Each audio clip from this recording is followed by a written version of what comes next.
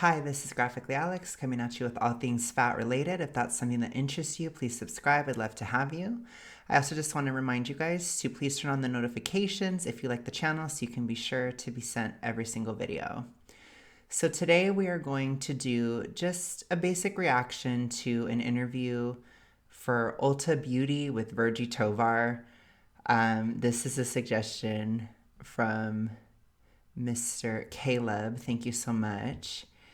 And I want to go ahead and just look at this. I hear that she's pretty bad in this interview. I don't know anything about it, but I will just say the fall has me feeling saltier as my summer boost is gone. More on that in a future health update, but we'll just say this. I am hella plateaued right now, and I'm a little upset about it. So let's go ahead and continue. Let's take out all of our rage on Virgie Tovar. Okay, let's go. No, I'm just kidding. No, but I have a feeling we'll see. She's kind of legend in as far as this content. So let's go ahead. Let's just start. Yes, let's get comfy. Should I take? I feel like shoes off. For Do you want to take comfy, your shoes off? right? I'm down. Okay, Let's take I'm our ready. shoes off. Yeah. Okay. My shoes are off. My shoes are off, everyone. Okay, well, Yes. Hi friends. Welcome to the Beauty of an Ulta Beauty podcast, where we talk with and learn from pioneers that are helping us redefine what beauty is and where beauty lives. I am David Lopez. I've had many titles in my life: celebrity hairstylist, beauty content creator, general feel-good enthusiast. But today, I am your host, and I'm General feel-good enthusiast. Okay. It's a little cheesy, isn't it? excited to have these very beautiful conversations with some really beautiful guests. I want to let everyone know that this is a safe zone. It is a judgment-free zone. Okay, well, that's been ruined because I'm here. I'm just kidding. But anyways, okay, let's go. Where we honor curiosity and respect. I will say, plateau or not, I'm happy about not having a moon face. So I'm looking at myself and I'm like, okay, at least I'm not moony, but I am moody. Now let's continue. In all forms. I want to welcome our guest, Virgie Tovar, author, scholar, activist. Welcome. Oh, thank you Welcome. for having me. Thank you. Of course. In my research with you and following your Instagram and kind of just following your journey, there's something that's very irreverent about just your general demeanor. And I wondered, was it always that? That's one way to put it.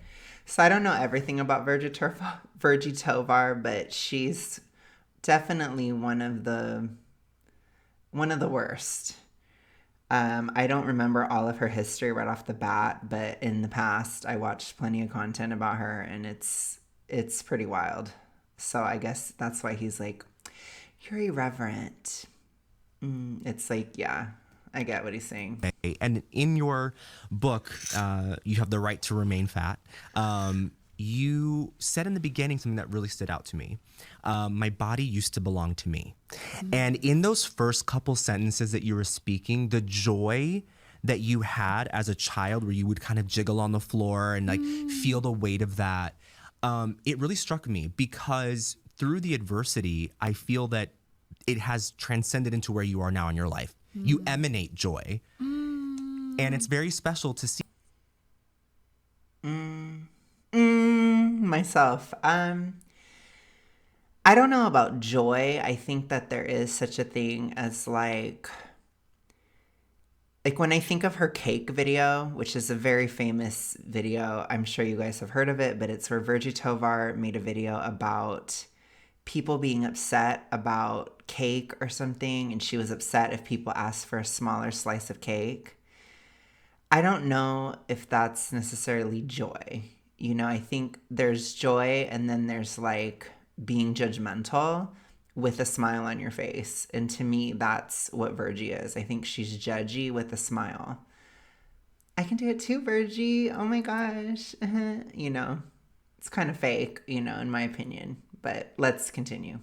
Yeah, especially from people who face adversity.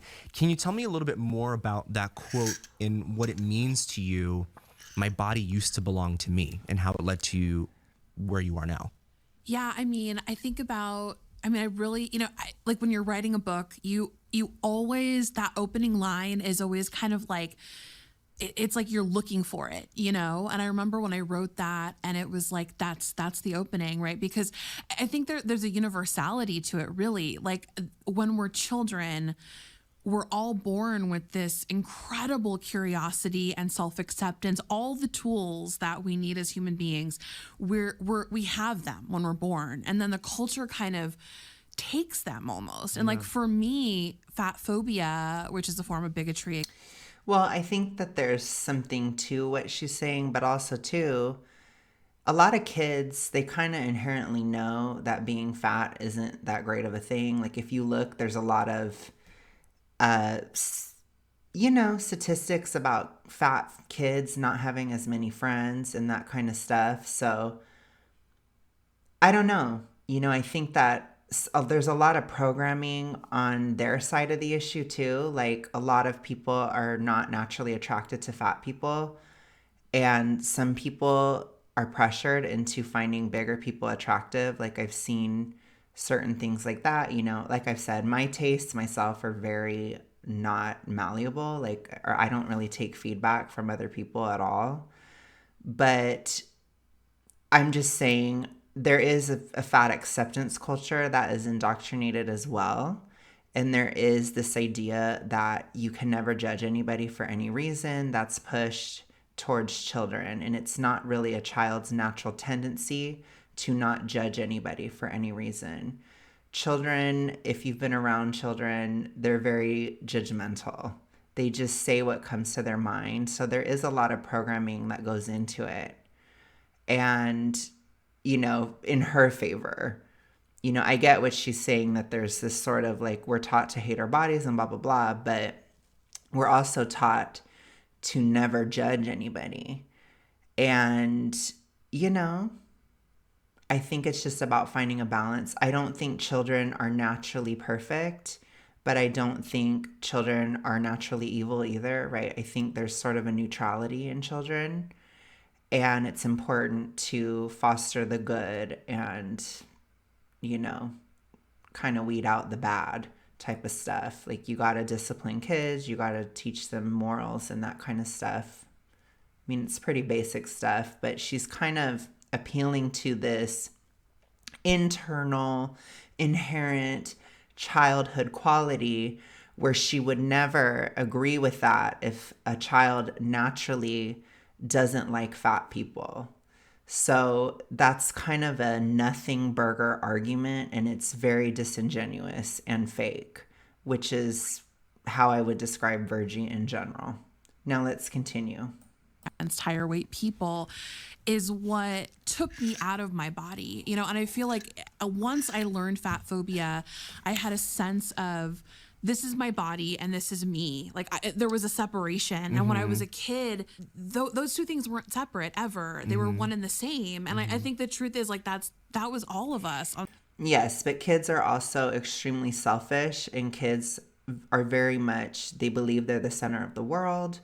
This is very common, like in divorces, children think that they're the cause of a divorce, because children do not process things on a high level.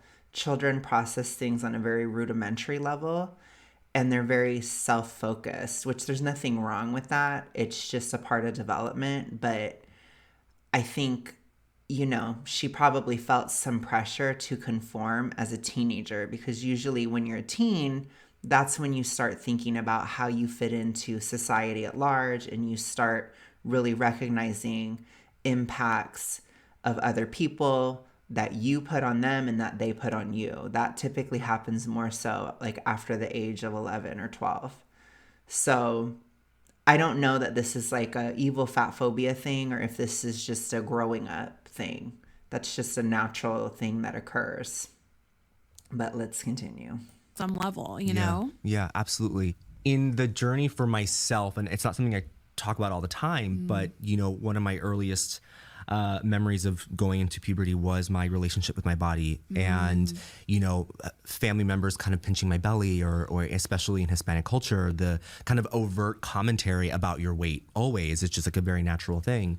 I think that's common in most cultures, especially within family, like especially from your mom, because your family is very concerned with how you're doing because they want you to succeed and they want you to do well.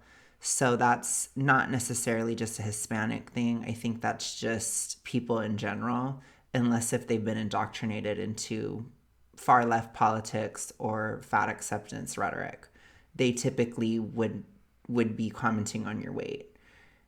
So I'd say about, 90% of families will comment on it. It's very uncommon to have nothing said about it, whether it's that you don't weigh enough or that you weigh too much or whatever. People, especially your parents, especially your mom, usually they're very concerned with how you're doing. So anyways. And now going into how that phobia transcends into all parts of your life. Just for people who are listening, can you talk more about the difference between maybe fat phobia and fat activism and maybe the intersections between the two? What? Wouldn't they intuitively be the opposite of each other? Okay, let's see what she says. Yeah, so I mean, fat phobia is a form of bigotry, right? And a lot of people don't know that because we've been taught that our attitudes towards higher weight people are rightfully negative because of health reasons. Right. Right? And So is that naturally taught, or is it how people feel as kids? Because like I said, you can look at the studies. Children judge fat kids. So is it something that's taught by society, or is what you're saying what is actually taught by society? I'm thinking it's the latter. got this. I could go into this for a million years. I will parenthetically say that our notion of health is deeply flawed, problematic, and kind of living in the 1800s. Like the BMI was invented in the 1800s. Okay. Okay, and what is your understanding of health, and how is your understanding of health not flawed at all? Is blatant delusion, blatant disregard of any effect of your weight on your health, is that, would that be even before the 1800s? Is that the Stone Age? What level of science are we talking here? Is that, prehistoric times of understanding because nobody was even fat anyways? Since people have been fat, people have made the connection and they've seen the difference because people cannot do as much when they're fatter, whether that's a king or a basic person. So what exactly are you pulling us towards is my question, which I would suggest you're probably pulling us much further to the past, much further into rudimentary, superstitious levels of science and understanding of reality. Something that is very, unscientific. I'll put it to you that way. By European men. But yeah, Yes. by like this Again, a lot of East Asian cultures are not into being massively overweight. I think it's very typical. Even, he's literally saying his Hispanic family members were not that into him being that big and that kind of stuff. It's like you're really trying to shoehorn weight as a European male thing, which is really odd. Like, and you're honestly like erasing everybody else. I don't think there's any ethnic group really that's like super into people being massively obese.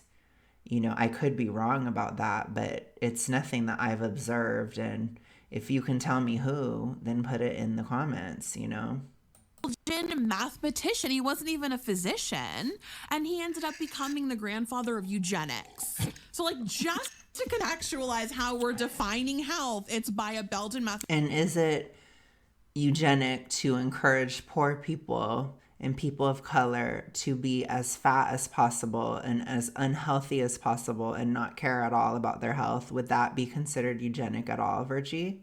Or is that just something that doesn't matter? You know, try to think a little deeper, honey. You know, a lot of these statements, they're a projection from fat acceptance. Your movement is eugenic. You want people to live shorter lives. You want people to be less fertile. You want people to have less mobility, financial mobility, the ability to work more, all these things. You want people to not be able to do those things if they're a person of color, a woman, a queer person, which I don't personally like that term, but just to use their language, or whatever else. You encourage all those people to be fat, and in your mind, only European men should be thin or something. It's very bizarre to me. Extremely bizarre. From 1830. Right. Who was the grandfather of eugenics? So, end parentheses. So, like, you know, right? Like, in fact, fat phobia is an actual legitimate form of discrimination. It aligns with other types of discrimination, like around race or gender or you know, or any number of marks. So this is them grasping and trying to insert fat acceptance into other types of bigotry that have always had much more historical impact, much more devastating effects, that have lasted much longer. You know, people have not been this fat for that long. So this is actually somewhat new. You haven't seen massive amounts of obesity like this really since the 80s. And anything before that, it didn't really happen that much. And there's a lot of different reasons for that. But this does not have the historical context of other types of bigotry. You are wrong, Virgie. You're completely wrong. For example, when it comes to something like racism, there's never been chattel slavery on the backs of fat people across the country or the world. There's never been any type of real, legitimately discriminated status against people who are fat. That just has not occurred. Now, if you want to make a false equivalence, by all means, go ahead, I guess. It might work on some, but on most people, like myself, it's very delegitimizing of actual struggles of the past. And it's really, you know, it's just comparing things that are so different and so ridiculously different that I just can't, I can't even really take it seriously. As identities, in the sense that, you know, it's largely a belief system that isn't really based in evidence or data or science. So are you saying that about fat phobia, or are you saying that about FA? Because I couldn't tell for a second. But that is socially condoned and creates an idea of some people are better than others. Right. Right. And so fat phobia manifests in a lot of different ways, like everything from a wage gap, like plus size women make $9,000 to $19,000 less per year than straight size women. There's also well documented medical discrimination and things like, you know, things we all know, like how higher weight people are considered less appealing partners, less appealing dates. So there's all these different, obviously fashion, like there's all different ways that fat phobia manifests. And it's legal in 48 out of 50 states. So just to be clear, like you can be overtly fired for your weight and get in absolutely no trouble in 48 out of 50 states. So that's that. I mean, fat activism is sort of the response to fat phobia. It's essentially kind of an intersectional politic that looks at fat phobia and says, this is wrong. There's nothing wrong with being fat. This is totally a natural part of body diversity. Yes, fat people have thriving, wonderful, beautiful lives. Yes, fat people are desirable. So it's just a big gaslight. It's a huge gaslighting operation and a lie, because when you're very, very big, which again, they never delineate any amount of size, they never say how big they're talking. They always just say fat, which fat is a very subjective term, which is why they prefer it over obese or morbidly obese or super morbidly obese. They don't like those terms because then you can't delineate and actually talk about differences. Somebody who's 400 pounds, they're not living their best life. They're not having a happy life. They're not. That's a lie. And they'll say, well, that's not my story, or that's not this, that's not that. That's not your story yet. It always is coming. The amount of health benefits I'm experiencing at this time from having lost about 80 pounds, 84, something like that, of fat since July of 2022, it's truly incredible. I'm feeling things I haven't felt in years. I feel like the clock has turned back. I am still struggling, but not really that bad anymore. That's why I don't complain as much. I'm able to get stuff done in my life. I'm able to more balance my finances, work time, that kind of stuff. I'm having an easier time with that. And overall, my life is a lot less stressful than it was when I was that big. So it's very difficult for me to hear you say this, Virgie, just because you're flat out wrong. You're lying. And that's what fat acceptance requires. It requires lies every single day, every single moment, every single second. You can't be honest about how you actually feel, because if you were to be honest, then you're committing an act of bigotry. That's the connection they want you to make as a fat person, or you're throwing your identity under the bus or something. That's what they want you to feel about yourself. It's so toxic and cruel. And somebody like Virgie, she wants to drag everybody else down because she could not lose weight. She couldn't do it. So she wants everybody to give up. That's how these people are. This is completely in envy. You lie to people to keep them at your level or worse so that you can feel like you're able to compete. That's what they want. They want everybody to be fat so that they don't have to do any work, they don't have to improve themselves at all, and they can compete in society on a level that they feel like they can't right now. It is extremely toxic. That's what this is. Virgie's literally made a career out of it. She's just doing her thing. She's making money off of this, all this stuff. Of course she wants it to spread. Of course, because then she and other fat people and whatever can have more dating options and all this stuff. It's a very much a, if we just bring everybody down, then we are lifted up. And that's never how things work. No matter how fat someone else gets, it doesn't affect the mental and physical effects of obesity on your body. You will still feel like crap, even if somebody else is fatter. It's such a dumb and overall toxic, controlling movement. And it's like, use that controlling nature and control yourself. Get some self-control.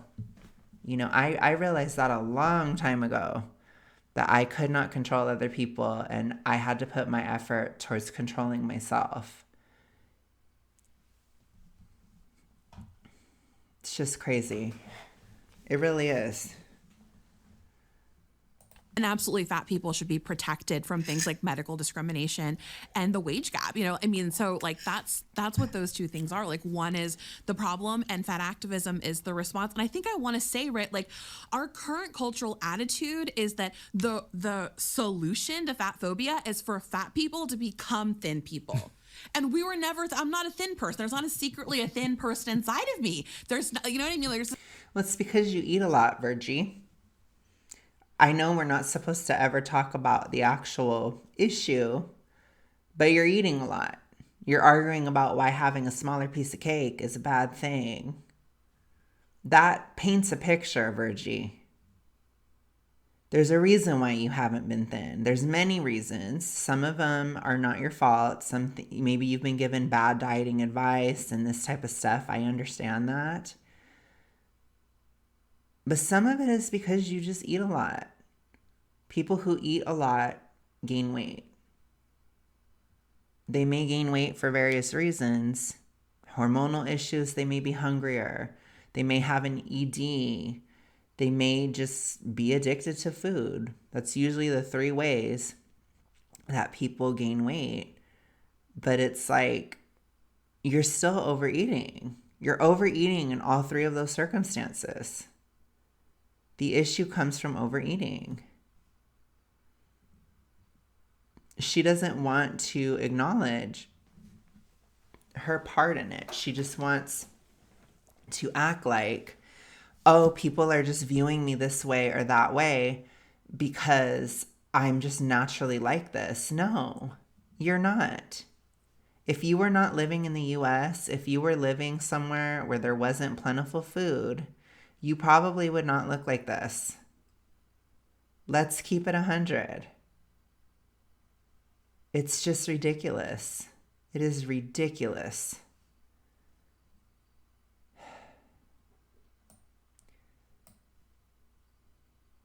There's this prevailing myth, and this is so important, right? Even people who understand what fat phobia is and really don't want to perpetuate ideas of fat phobia, they might still believe that a fat person is secretly a thin person. Mm-hmm. And that I'm really here to like dismantle it. So I see like the culture is like, oh, solution to fat phobia, just try and force and bully every fat person to become a thin person. And No, it's not necessarily that that's the answer. I guess that's the false, that's the false choice that she's offering. What I would say is we need to redo science about this issue. There needs to be much more research. People need to go in with an open mind and not have preconceived notions.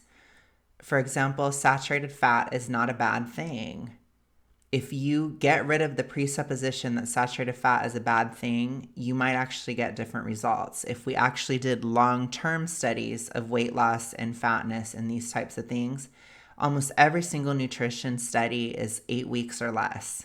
That does not paint a very strong picture of what occurs in somebody over years of weight loss, over years of dieting, or over years of being obese. Like, we need to have very long-term studies on this thing, at least years. You should be having studies where you're testing diets on people for years. You're seeing what happens, not just in 2 months, but in 2 years. That would be really good. That's something that needs to occur, but a fat activist like Virgie is not going to advocate for anything like that that would help solve the issue. She just wants to guilt everybody, control everybody else, and bully everybody else into finding fat people attractive. It's just like, that's the real truth. Again, everything she's saying is a projection. She projects. Think a little bigger, Virgie. Have an open mind. Open your mind to possibilities and solutions. It's ridiculous. Activism says, no, you do not blame the individual who's experiencing discrimination for the discrimination. You end the discrimination. Yeah. You spoke on a couple things there that really stood out to me. One is just really... It's a delicate balance. The obesity epidemic in the United States is 1 part systemic and 1 part personal. If you're just eating a lot, that's your part of it. If there are other issues like miseducation, lack of scientific research that actually points to a solution, the scientific consensus now is basically just prevent people from gaining weight, because if they gain weight, you can't lose it. That's what I've heard a lot of scientists say. A lot of doctors say that. We're just trying to prevent kids from getting fat because once you're fat, it doesn't ever go back. No, you just haven't found a solution. And so I get mad at anybody who goes into this question with such a closed mind and such a lack of investigation. We had a society where almost nobody was fat forever until the 80s. Why are you guys playing dumb? Why is everybody playing dumb? Why is everybody acting like there isn't a solution? That's what makes me mad. They give up. Everybody's giving up. Fat acceptance is just institutions giving up, and it's people giving up. And how dare you? How dare you act like you care? You don't care, Virgie. You don't care. You want people to settle for less. You want people to settle for less time on earth. You want people to settle for less of a quality of life, less of an ability to work, less of an ability to have kids, less of an ability to have anything. It is not worth it to be fat. It isn't. It's extremely expensive, and it really lowers your quality of life and your dating prospects and so many other things. When you get so big, you get to a point where you're not even comfortable laying in bed.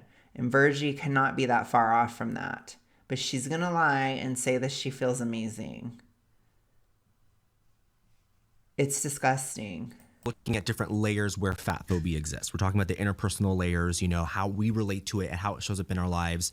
As a cisgendered, queer, gay man, our whole identity revolves around let's be as fit as possible, thin as possible, be as desirable as possible.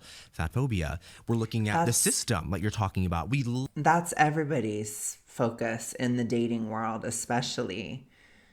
And that's just how young people think. And that's just a personal thing. Even older people feel that way. A lot of older people do. A lot of older people don't care anymore. But it's like, that's not a cis gay man thing. That's just a human thing. This is a human thing. People want to be as attractive as they can. That's a human thing. It's just so dumb. It is so dumb. Love seeing magazine covers of what you said, a fat celebrity, for lack of a better word, that now has lost 100 pounds. We love to see that. Oh, so we knew it. It's like the psychology of it is like, see, I knew it. I knew that skinny person was always inside there. Now look at them, how happy they must be. So systemically, we still perpetuate. So again, they don't like being shown examples of the fact that their belief system is not true. You can lose weight. I don't like when magazines say that kind of stuff just because weight loss will not necessarily make you happy. The only thing that weight loss will do is it will improve your physical body. It will improve your quality of life and your ability to live. I have not been magically happier after losing 80 pounds. I've actually had to deal with a lot of emotional and spiritual things that I could not deal with because I was so sick. And there's actually a lot of things in my life that have been neglected because of my illness, because of being so obese. I was so sick. I could only focus on my health for the better part of 2 years. So now, as I'm getting healthier, it can be uncomfortable to have to deal with emotional, spiritual, financial things that were left on the wayside throughout my illness. You're not necessarily going to be happy because you lost weight, but you still need to do it because people in your life need you around. You are necessary. You're not disposable. Nobody's disposable. Especially at a time like this, we all need to help each other as much as we can. And to help people, you got to be strong. You have to be capable. You got to have skills and you got to do stuff. And if you're struggling with being so sick all the time, you're not going to be able to do that. It's just horrible. What these people are advocating for is so horrible. It is so disgusting. You disgust me. Both of you disgust me. This the system of gyms, of diets that are not seen as diets, like I'm gonna get a juice cleanse and it's like, oh, that's healthy, I'm doing it for health reasons, but really are you doing it to control weight in some way? Fasting for weight is not smart. It doesn't usually work. But regardless, a lot of people do juice cleanses for spiritual reasons. It's not your right to judge. You know, if it goes on for a super long time and it's like really weird or something like that, then definitely ask some questions. But otherwise, if somebody wants to do a fast, you know, I wouldn't suggest a super morbidly obese person to do it. I just don't think it would help. And I think it's really, you know, it's different if you're doing some intermediate fasting or whatever. You know what it's called, intermittent. Oh my gosh, if you're doing some intermittent fasting, that might help with weight loss. But like if you're really ill, you need to just be getting your nutrition up. You know, you need to just get healthier, start being active, that kind of stuff. And then you can start losing weight. But it's like if somebody's a thin person and they want to do a juice cleanse because they're just feeling like it and they want to get closer to God or something, honey, it's none of your business. It's none of your business. Their intentions are none of your business. If you don't want to do it, then don't do it. You know, maybe somebody's doing it for mental health reasons. Maybe somebody's doing it for spiritual reasons. Maybe somebody's doing it for any reason. It's not your business. You guys are so upset about everybody policing everyone and all this stuff, but you guys are so willing to do it yourselves. And then there's, of course, the institutionalized forms of fat phobia that you said, you know, how it's illegal, the inherent bias, medical inherent bias, all these ways that it shows up and how it really starts to open your mind about the decisions you make about your body. Now, if I were to take a Venn diagram where we say on one side is health and one side is fat, and where people see fat and they see it as unhealthy, where do those converge in the middle?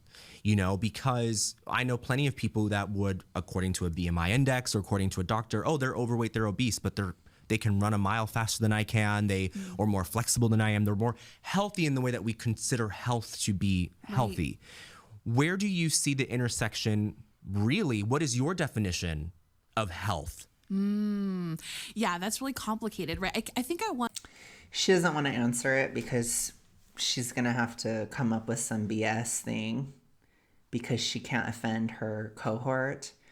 I will say health is being at a point where you can live your life and your body doesn't get in the way.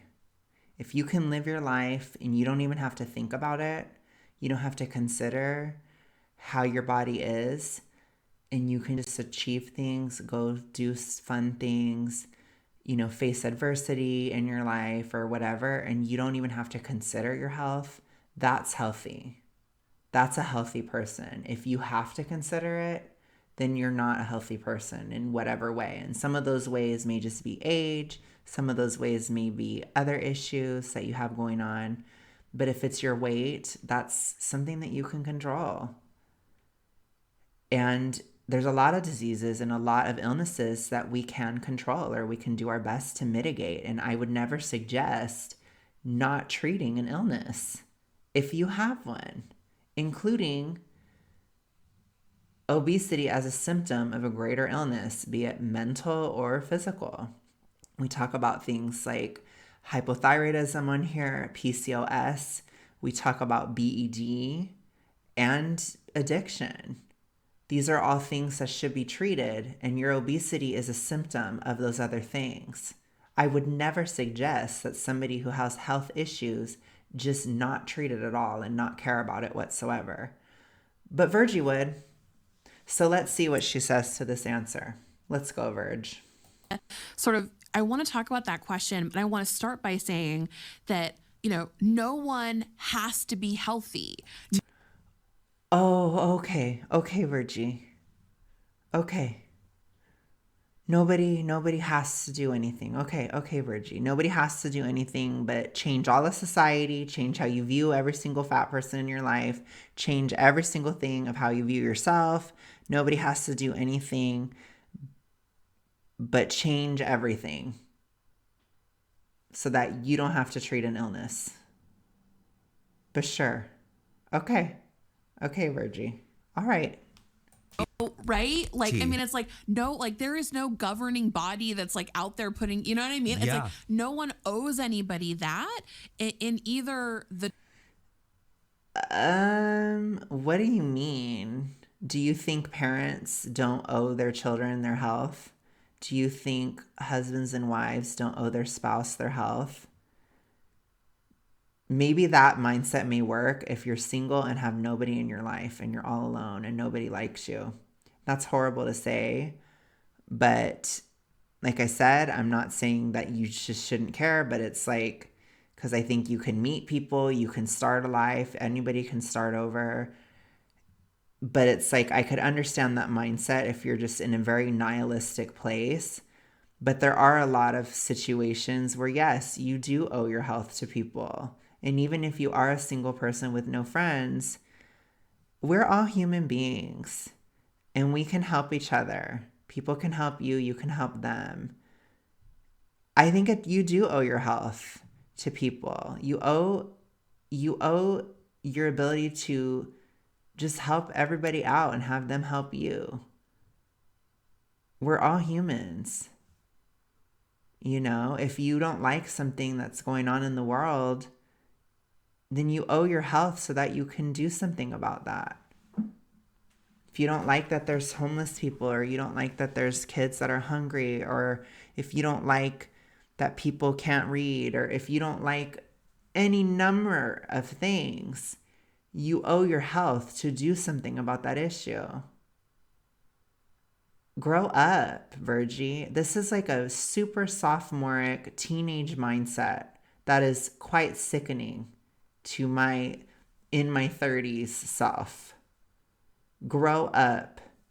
That's a very sophomoric, childish, adolescent view that I don't owe anybody my health. Grow up. Traditional sense of the word, or any other more innovative or more politicized, maybe even version of that word. So I think it's important to say, like, and I want to back up and bring in intersectionality and say, like, right, like, look at the disabled community, right? Like, I think people with disabilities have and activists within that space have consistently been saying, like, obesity is not a disability unless if you allow it to be. You can lose weight. You can regain the ability to walk. You can never lose the ability to walk if you turn around obesity before it gets that bad. Obesity is not the same as a disability.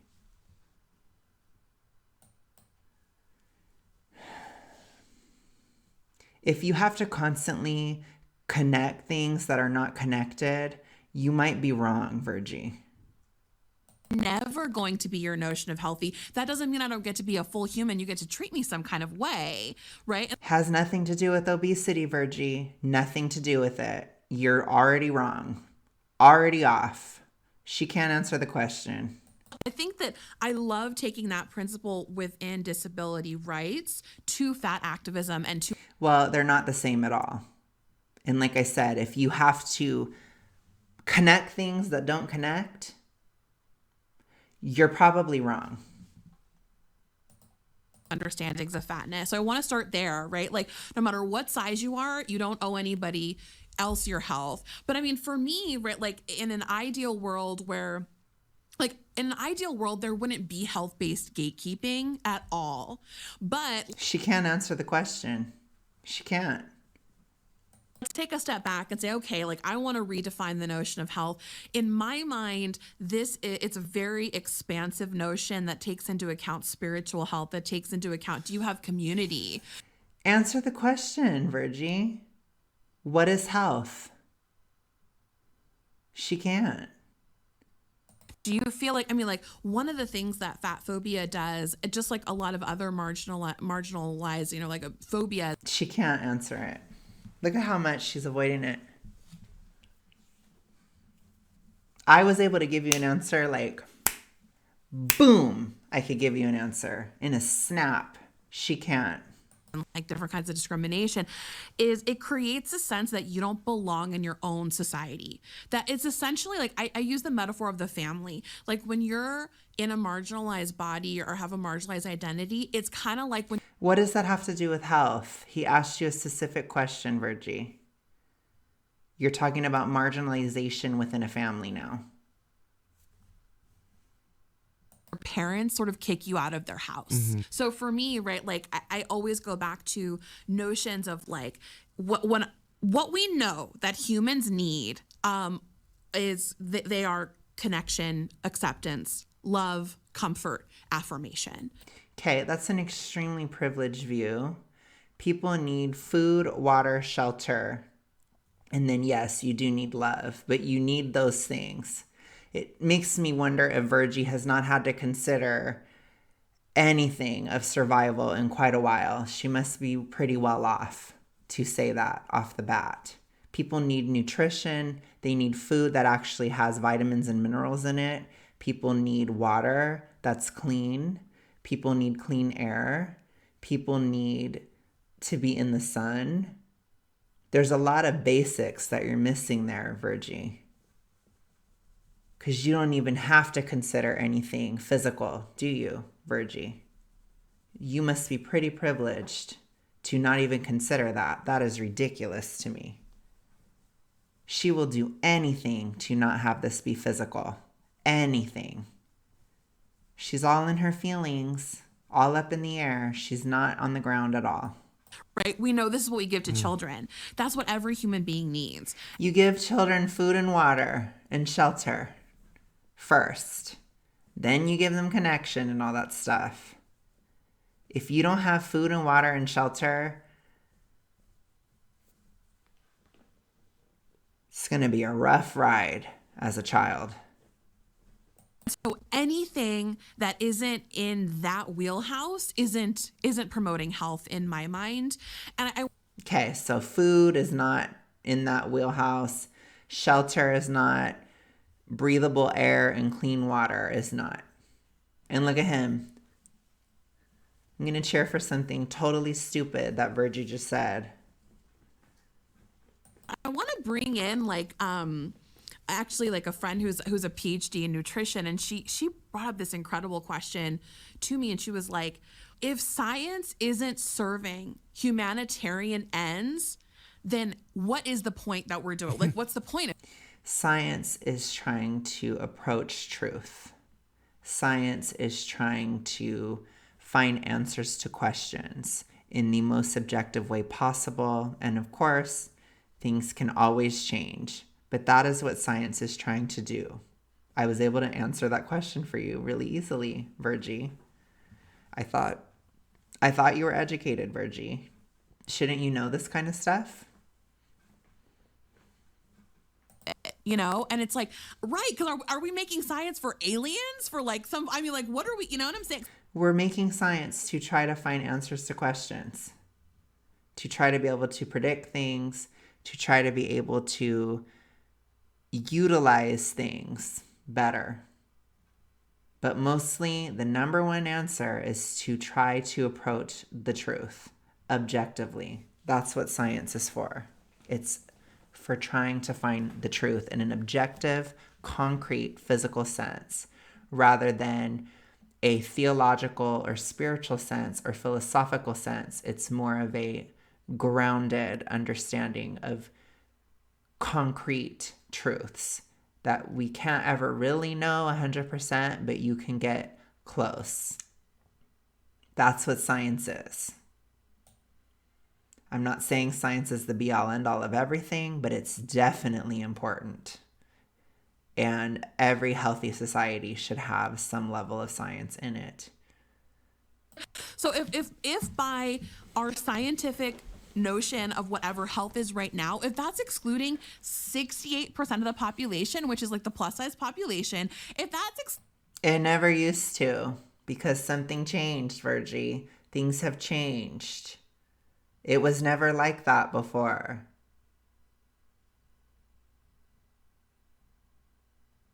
70-ish% of the US population, then it's not working. It's not working. It's not working. No. I mean, Yeah. And how is what you're offering working at all? Because while I can agree there are certain issues, how is your solution making anything better? I think it's making things so much drastically worse. I can't even say it properly. You're making things so much worse. You're going in the exact opposite direction of what should be done. We should be going further into science, not further away from it. We should be looking at new evidence, new things, deeper, going deeper into it, not avoiding the question entirely and throwing all science away. That's not how you solve this issue, Virgie. You're the complete opposite of what we should be doing. This all to church. I'm shook. I'm gooped. I'm gagged in every sense of the word. There's something that I wanted to touch on there, because when we talk about autonomy over our bodies, we talked a little bit before about how this intersects with gender. So would you consider a DRUG addiction autonomy over your body? Would you consider unaliving yourself autonomy over your body? Because I guarantee you they probably would. Autonomy for them is only about destroying yourself. Losing weight, getting healthier, wanting to be more in shape or have muscle or look a certain way, that's not body autonomy to them. No. None of that is. You guys betray yourselves so easily. There's a lot of parallels there, I feel like, with the trans community, queer community, even in some ways my own Now you're trying to, compare things that are not similar at all. It's not similar. Stop making false connections. Stop connecting the symptom of obesity to other diseases, to things that are completely unrelated. Stop. You're further confusing the issue of obesity. You are further causing problems when you do this. You're killing people. This is the kind of stuff that leads people to their untimely deaths, because you're conflating it with all these other things. These people, they want anything. They will do anything to take the focus away from obesity, from fat people. You'll make it about everything else, but you can never just make it about fat people. You guys are the most horrible movement I've ever seen. You're always about everything else. You can't focus on the issue because you're wrong, and you know you're wrong. So you have to use these other things that people have emotional connections to try to make something the same when it isn't. It's not the same thing as being trans or being gay. It's nothing like that. It isn't similar at all. Stop it. It's a completely different issue, a completely different topic. Could you imagine if they talked about cancer in this way? Well, cancer, it's really similar to being trans. Cancer is, it's a part of blackness. And if you try to treat your cancer, you're being racist. That's what you sound like to me. No, maybe we should look at cancer as its own issue that is not related to anything else, because in order to find an answer, especially a scientific answer, one must focus on the problem at hand. You must focus on the issue in front of you.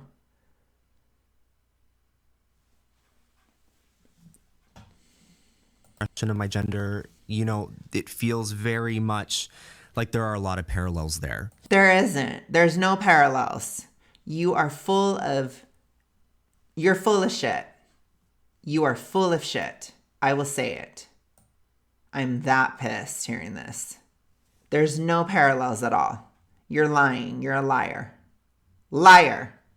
And we even talk a little bit about the racial intersection there. Yeah, and imagine if we did that with cancer. How dumb that would sound. That's how dumb you sound. You tell us a little bit how fat phobia has those parallels and how they intersect with gender and race? Yeah, I mean, to begin with, entry point to this work was It's a physical problem. It's a symptom. It has nothing to do with that stuff. Are you saying that race is a symptom? Are you saying that being gay is a symptom? I get that with the trans issue, there are issues, but it's totally a different issue. It has no connection. Again, it's like comparing, I don't know, it's like comparing cancer to, I don't even know, like loose skin surgery or something. I mean, it's just totally irrelevant. Like, it's just not the same thing at all. It'd be like, yeah, something like that. It's just not similar. Totally different problems. examining how weight discrimination and racism impacted how I see and experience my own gender and how I perform my own gender. It started there because, and it was really interesting, right? Because I was What? That's so weird. So her entire belief system is based on a false connection that has nothing to do, like, fatness has nothing to do with being male or female. Like, there can be some things within weight loss, but actually being morbidly obese, a man can be morbidly obese, a woman can be morbidly obese. It has nothing to do with the gender. It just doesn't. You know, all of my work, which started about 12 years ago, it sort of started with a conversation I had with a friend I grew up with. And she said, do you remember when we were little and how you were always expected to play the boy whenever we were play acting? Really? Yeah. Whenever we were play acting, like stories from the Babysitter's Club or from books that were... Babysitter's Club. Yes. Yeah. Heterosexual romances. Yeah. In which I am being expected to play the boy 100% of the time. And it's not even discussed. It's like there's not even consent or discuss. It's just like understood that as the largest bodied girl that I'm supposed to play the boy, right? Oh, God. And I mean, yes, you remember this? This is everything. Yeah. Yeah. Course. So This to me is so bizarre and such a strange focus on something that has to be, what, 25 years prior, Virgie? I don't know how old you are, but it's like, let me just really... You know, there's this huge, big issue right in your face, but you're going to focus on this tiny little thing, like way over here in the corner, the 1 pixel on the screen. That's what you're going to focus on. I get it. Being a fat kid sucks. It does. That's why we want to prevent it. If and when I have kids, I do not want my kids to be fat. I don't want them to go through what I've been through. It sucks to be a fat kid. It's horrible. I would never want my kids to go through that. I would never want any kids to go through that. It sucks. It sucks. Because again, Virgie, kids are not naturally not fatphobic. Again, she's contradicting herself within this stupid video. I was like, oh my God, I had completely suppressed or forgotten that memory. And then a bunch of stuff started to flood back. So like when I was a little girl, I had a ton of gender confusion because, right, like, and when we think about gender is complicated, right? So why would you want your symptom of obesity that caused you gender confusion? Why would you want that to happen to other children? Why would you want that to happen? Please explain it, Virgie. Why do you want other kids to go through the problems you went through? Why do you want to perpetuate a cycle that doesn't need to be perpetuated? Please tell me why. She won't, but that's my question for her. Sense of gender, but there's also a social sense of gender. Like when I throw the ball, are you throwing the ball back? I mean, speaking of throwing balls, I mean, my whole life, it was like, you throw like a girl, you talk like a girl, you walk like a girl, you sit. That's because you were gay. That's a totally different issue. So, yes, you're very feminine. I'm very feminine myself. I got that all the time. But again, it has nothing to do with obesity. That's a totally different topic. It has nothing to do with it. And, you know, gay people are not the majority. They're never going to be. And there's within gay people, within gay men, there's feminine gay men. It's always going to be different. So you're going to have to deal with that. That's just a part of being a feminine gay male. It's never going to change. I don't think it should be horrifically stigmatized, bullied. People should not be killed for it or anything like that. But we've come one heck of a long way when it comes to that. And if all you had to deal with is people being like, other kids being like, oh, you throw like a girl or you sound like a girl. That's weird. That's pretty good considering that gay people in the 90s were killed. You know, it's like, come on, have some perspective. Jeez. And the other thing is, every single kid goes through things. Every kid does not fit in certain ways. You may have a popular kid, but then there's pressure to keep the popularity, and there's this and that, and you can't be friends with this person because they're not cool enough and whatever.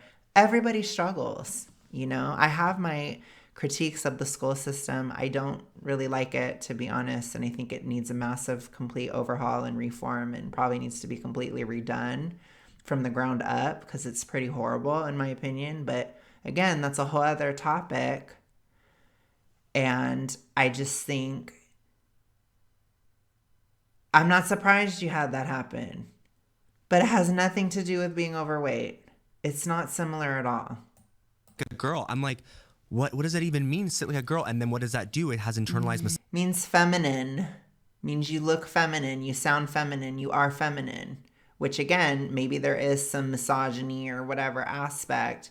I would just say it's that you're abnormal. So people have questions or they're confused. But again, quite frankly, I went to a pretty far-right Christian school and I was pretty popular. So I don't know. I mean, some of it has to do with how likable you are. I know that that's not what a lot of gay people want to hear, and this is kind of a side topic, but I'm just saying, you know, but yes, I got comments and stuff, but I held my own. And I was popular, and I was very popular with the girls, and we had a lot of fun. And, you know, as I said, I was a mean girl in middle school, which maybe I'm still mean today, as you can tell from this video, but whatever. Water under the bridge. I don't want to be that. Right. 100%. 100%. Yeah. Because the most humiliating, quote unquote, thing you can be as a masculine person is a feminine person. Yes. And it's so deep because like people. A masculine person? No, that doesn't make sense. If you're a masculine person, then you're not a feminine person. It's like, what? Are you trying to say as a man? Because I don't agree with that. I don't think it's the worst thing in the world to be a feminine man. I don't think it's the worst thing in the world to be a masculine woman. But it's okay that it isn't the norm. The norms don't have to change. They just don't need to be enforced either. It's a really easy balance. It's not that hard. People like you overcomplicate everything, and then it just gets really gross. And then now you're tying in being feminine as a man with obesity. So you are pathologizing femininity within men. You're creating an issue. You're creating more problems for people like you and me by connecting it to obesity, which is not a disease, but a symptom of disease. I don't think femininity in men is a symptom of a disease. I would never make that connection. I think it's horrible to make that connection. I think it's cruel. And I would not do the same for masculinity in women. I think it's cruel. And I do think it's sexist. But you hear it here, folks. They're really advancing society, aren't they? They're really making some progress here. You're really helping people, aren't you? Even realize that that's what they're condoning. But as a little, I don't think you guys realize what you're condoning. I don't think you guys realize what you're doing. You have no self-awareness at all. girl, like I had a deep understanding of myself as a girl. I identified as a girl. I adhered with that. But I wasn't getting any of the social cues back. So let me break that down. It's like, so for example, I was growing up watching, cartoons like The Little Mermaid and like all like, right, like, and I was watching girls get treated like delicate flowers, like desirable love objects, right? I wasn't getting any of that. So that, not there. Another thing that I wasn't getting affirmation on was clothing. There was nothing ever for me in the girls section. So I'm like, if there's nothing for me in the section that has my, like my title of my job. It's not her fault. You know, when you're a kid like that, it's not your fault if you're fat. And it's very sad. And I'm sorry that happened, Virgie. I really am. You know, I really am sorry. But as they say, I think it's kind of cringy to talk about your childhood and stuff after 21. It starts to get a little old. After 30, it gets really old to be talking about that. Like, you should have already dealt with this a long time ago, in my opinion. Like, and to use these childhood experiences as justification for your incredibly insane fat acceptance talking points as an adult, it is just like the weakest argument I've heard from a lot of people. It's very weak, extremely weak. Your experience is not everybody's experience, but I am sorry that happened to you. I am. You know, I will say, as a feminine man, extremely feminine, I was treated softer. You know, I was so much in my feminine energy, so to speak. You know, I wasn't as close with friends with other guys. I was closer to girls, and I was kind of categorized that way, even at a very religious school, you know, and not that I was using the boys' bathroom and stuff, but it's like, I don't know, like sometimes these things are just an intuitive understanding, you know? Or maybe it's just how you were. Like, it could have been your personality. It could have been something else other than your weight. You know, I still was treated somewhat delicately as a kid because I was so feminine, you know? Some of that comes from what you're putting out there, and you might not be as feminine as you think, and that's fine, but it's like that could have been why they wanted you to be the boy too. It could have had nothing to do with your weight. I was fat as hell, you know? I don't know. But I'm feminine as hell too. And I guarantee you, if I'm thin, people aren't going to suddenly be like, oh my gosh, Alex, he's so macho now. Wow, he lost weight. I mean, sometimes people say, I don't really care. I don't care. I don't think there's anything wrong with me looking more manly or this or that. I'm fine. I think it's actually better to look manly because I'm trying to, you know, I want to attract gay men who are attracted to men. But it's like, I'm still femme as hell. I'm always going to be. And it's like, it has nothing to do with how fat I am. It just doesn't. And it's really cringy that you're making this connection. It's so cringe. Then what is that? What gender am I? Then what am I? And then I think, right, like, especially around socialization, my peers were treating me more in line with kind of masculinity, both in the like romantic sense of like I always had to play the boy. I mean, like literally it was. Then you're like the buddy. You're like always the buddy. It's totally. like, yeah. I mean, I remember like, you know, one year, fourth grade, every single recess, the entire academic year, my best friend at the time, Lorna, who was really small, we reenacted this romance from the Babysitters Club, and it was just like it was. And as an adult, I'm just like, oh my god, like I would pick her up and make her feel dainty, which was such a huge part, right? Like that's another thing. I was never dainty. And that's so aligned. I know, but that just might not be your personality. There's a lot of thin women that are not dainty. It might just have never been you. And that's okay. The whole point is you don't have to be dainty, Virgie. You don't have to. I know a lot of girls that aren't dainty and they're not fat. You know, I've known a lot of women throughout my life. Even if I'm gay, I've spent a lot of time around a lot of women throughout my life. And yeah, I had a friend, she went to work at an oil rig. And she wasn't, like, she was a little chubby, but she had already had 4 kids. It's like, she wanted to work at an oil rig. And her friend was thin, and she went to go work with her too. and they were out doing 12-hour shifts for 7 days straight, and or like 1 week on, 1 week off. It's like I was like, whoa, I was kind of blown out of the water. But it's like not every woman is dainty, Virgie. Again, this is really easy if you're not horrifically sexist. It's really easy, And again, I get it. There was a lot of sexist stuff like that in the 2000s.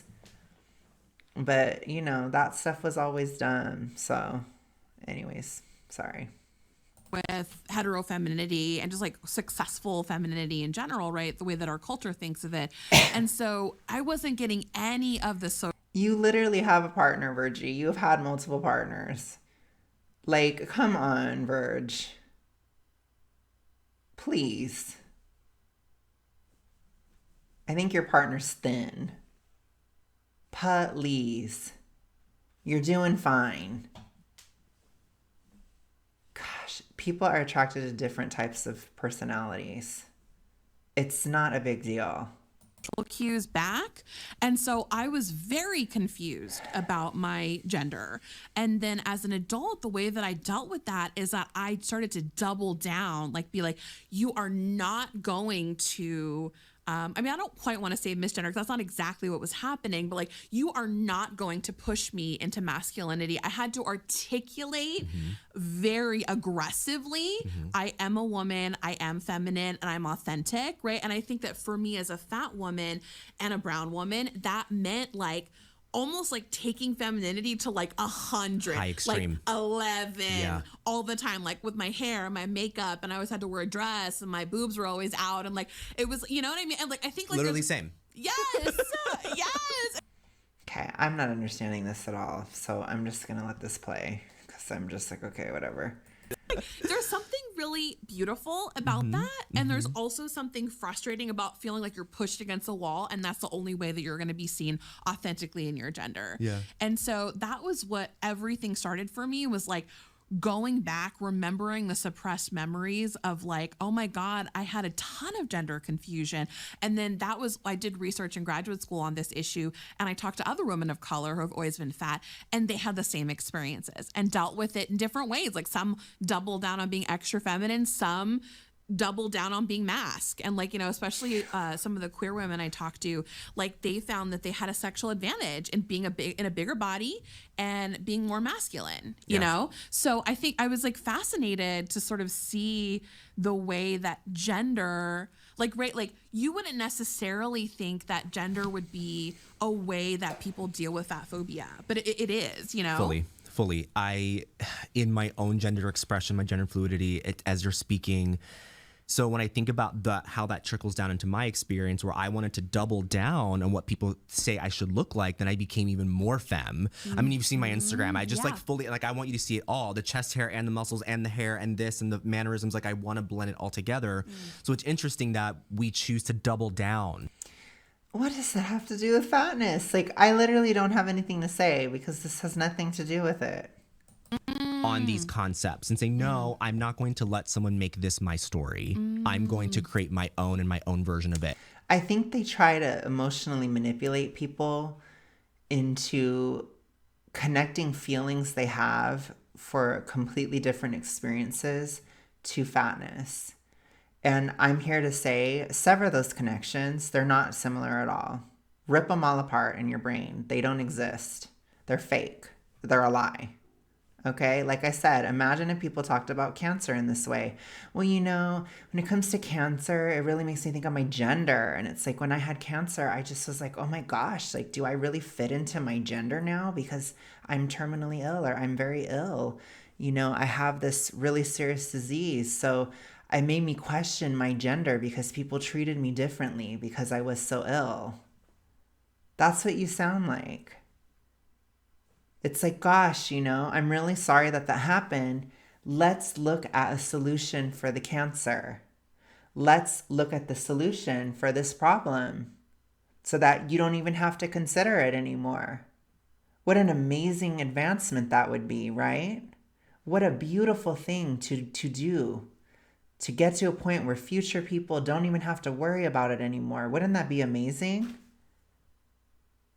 no, I think we should just talk about how it affected my gender and da da da and da da da. It's like, okay, that has nothing to do with your, like, it's just like, how much can you lose the forest for the trees? And I think it's why your story resonates with so many people. And I think that's where a lot of your joy comes from, because you're doubling down in your true, authentic self. And it's so beautiful and powerful.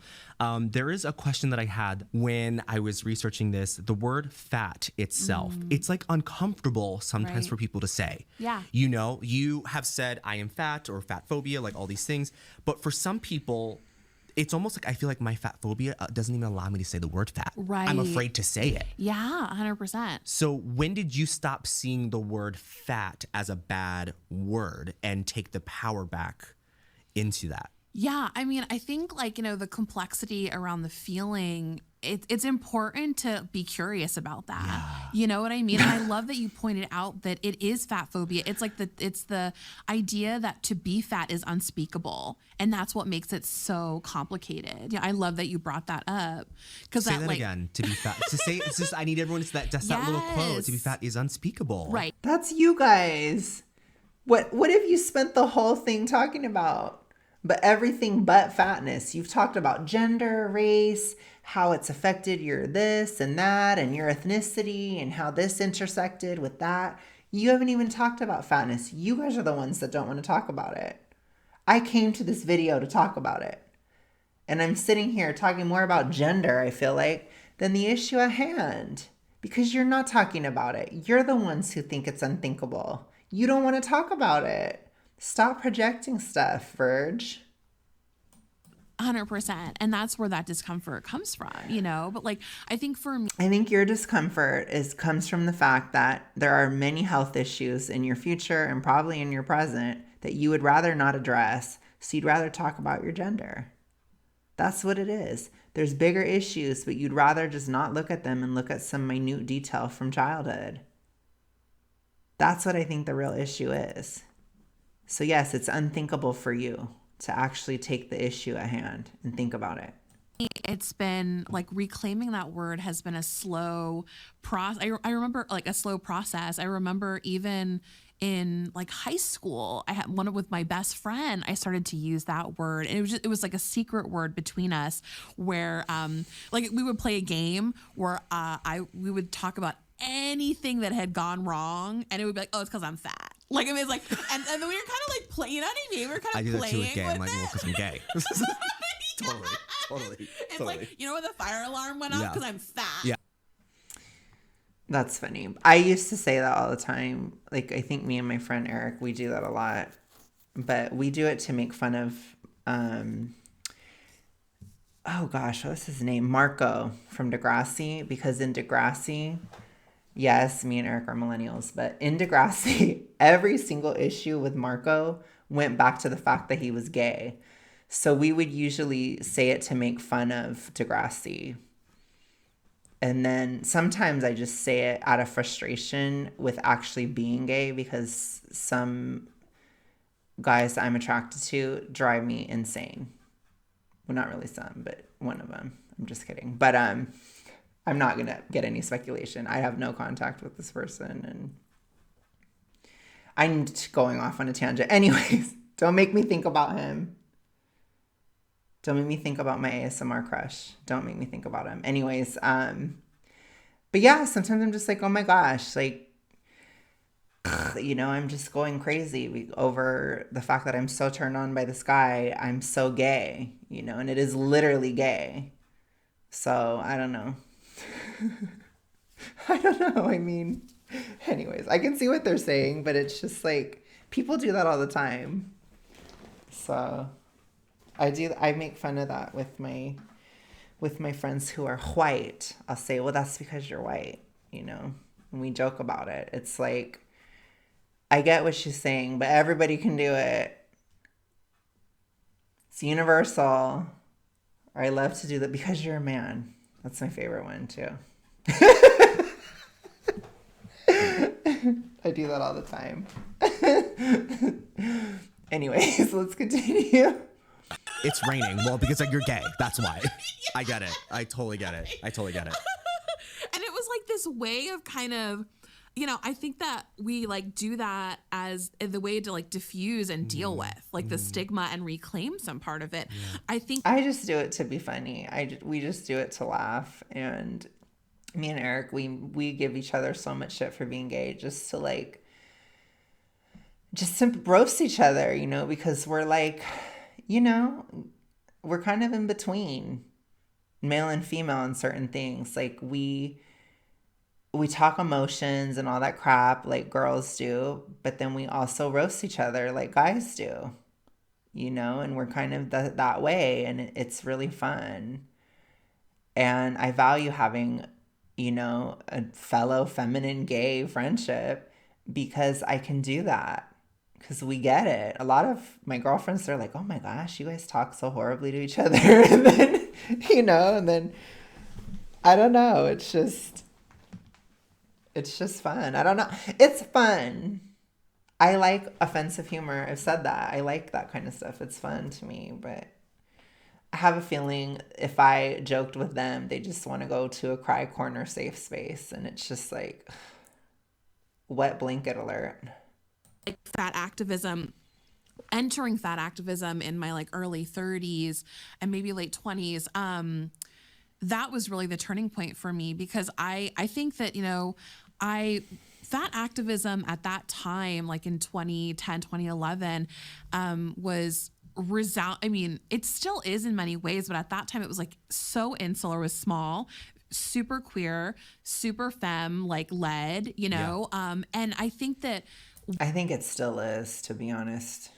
what was amazing about it was that like it pulled from the tradition of not only like the Black Power movement, but also like gay liberation in the sense that it was like, no, I don't just want you to accept me. I want you to see me living my absolute best life. And I think that was for me to not only be coming hat in hand to a culture that hates me for being fat and asking to be seen as probably still subhuman or partially human or whatever, right? That was never appealing to me. And when I was introduced to the possibility that I could be kind of like loud and proud and fabulous and like an 11, like that has always appealed to me. And for me, you always could have been, though. Like especially from around the age of 21, 22, I have not allowed my weight to hold me back at all. And I just lived my life. I didn't think of it that way. I didn't identify with it anymore. And I used to hang out with certain friends and we'd go hiking and we'd do stuff and they'd be like, wow, like, I'm surprised that you're hiking with me because you're fat, basically. I know that is usually guys that would say that. And I would be like, yeah, because I don't identify with being fat. So I'm not going to like not do something just because I'm fat. I think that's stupid, So it's like, I never, like I said, from like 21, 20, 23, I think. Because that's when I had a religious conversion. I became a Christian and I knew God loved me and everything. And I just didn't care about what other people thought anymore. And so it's like my fat identity was gone. And I just didn't ever let it hold me back anymore. It's like, you don't have to let it hold you back. You don't have to put yourself in a box, but you want to keep putting yourself in these boxes. You guys are, I'm a femme this, I'm a queer that, I'm a fat this, I'm a, just putting yourself in more and more boxes and painting yourself further and further into a corner is not exactly helpful. You should just be you. Just be yourself. It doesn't matter if you're dainty or not, Virgie. If as a man, it doesn't matter if you're feminine or masculine. It doesn't matter. Not really. Just be you. You don't have to worry about it. I don't know. And again, these are things that like people like us who are grown, we should be helping younger people understand these things because younger people trip. And that's like, what parents should be teaching their kids and what influencers should be saying and that kind of stuff. It's like, just don't worry about it. You are you. Like, just be yourself. Like, work on yourself. Be moral. I'm very into morality. I care about that. But it's like, do the best you can, but be you. It doesn't matter. I don't identify with this stuff that much. I just don't. So I never was like I said, after my conversion, I never was thinking, oh, I should just be quiet because I'm fat. I threw that away. And guess what? I survived. Were things always easy? No, but oh well. I don't know. That's a construct. It's a construct. You don't have to listen to that. Reclaiming that word was really about taking the power back, right? Because I think to go back to the unspeakable, like when I don't identify as fat, the power in the situation, if it's like a thin person, the power resides in their court, right? They get to throw down that word whenever they want to put me in my place. And when I start out the conversation with like, I'm fat, it's like, I'm like, I took that card off the table. You can't play that card. Yeah. And so the power dynamic between us has shifted. Not really. I think that's more of a, they could just insult you in another way. But I will say, like, me and my friend Eric, we have called each other the F word so many times. So many times. That when I actually was I dealt with somebody very homophobic, and they called me that, and I didn't even miss a beat because I had heard it so many times. Through like roasting each other and making fun of each other and stuff, that like, it kind of toughened me up, So it's like, I can understand it from that perspective, but I don't understand it from like, just like, I don't know.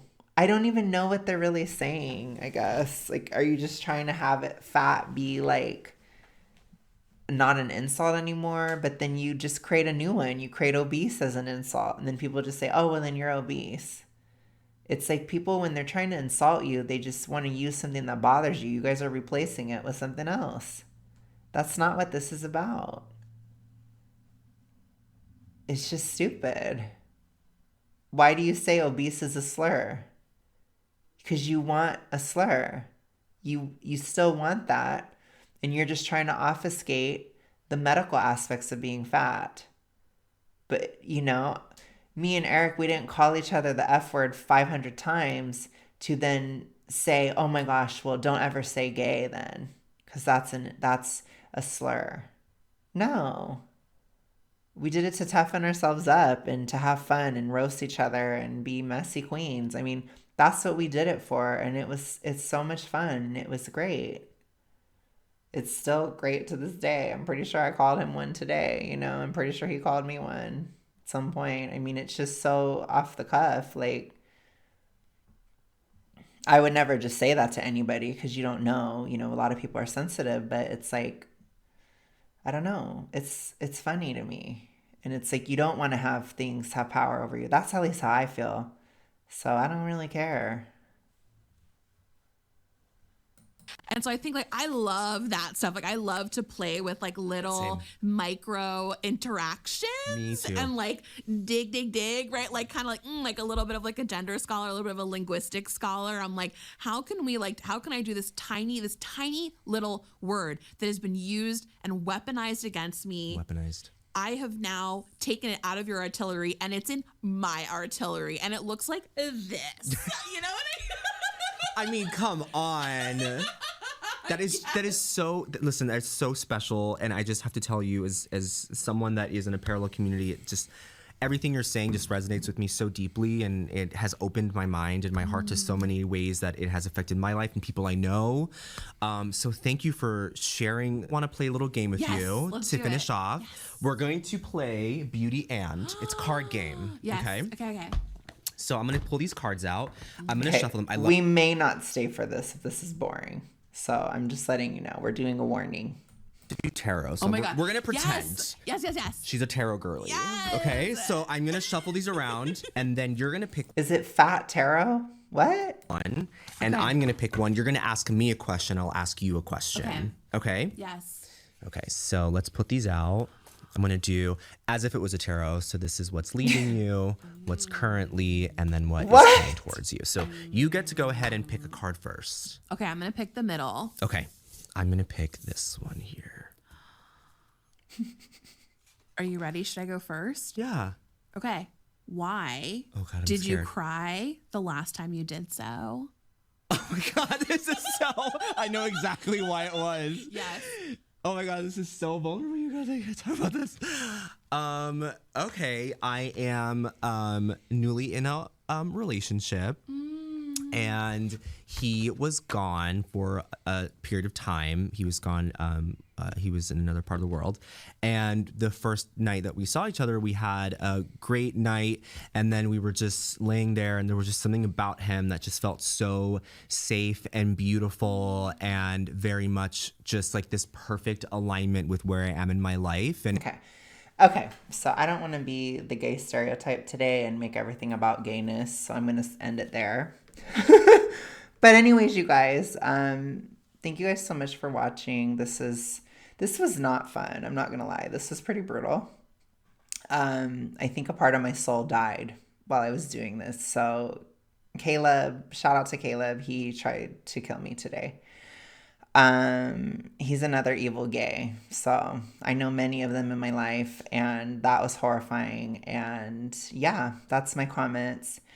Let me know what you guys think. I appreciate you guys so much. Thank you guys for watching the channel. Thank you guys for understanding. Thank you guys for, I'm going to presumptively say thank you for understanding my plateau. I probably will make a video about it at some point, but I'm just grieving it right now. I hate it. But it came right on time with the autumn. Right on time. But anyways, you guys, I will talk to you soon. Have a good rest of your day, night, whatever. I will see you later. Bye.